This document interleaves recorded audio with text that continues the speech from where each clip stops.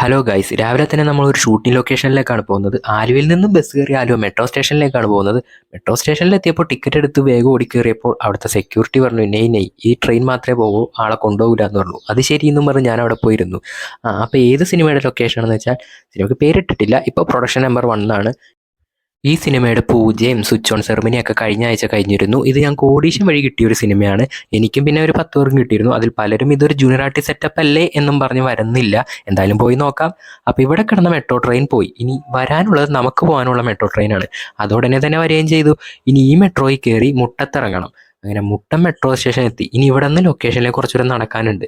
അങ്ങനെ നടന്ന് ലൊക്കേഷൻ്റെ അടുത്തെത്തി. ആ കാണുന്ന ബിൽഡിങ്ങിൻ്റെ ഉള്ളിലാണ് ലൊക്കേഷൻ. നമുക്ക് അതിൻ്റെ ഉള്ളിൽ പോയി നോക്കാം.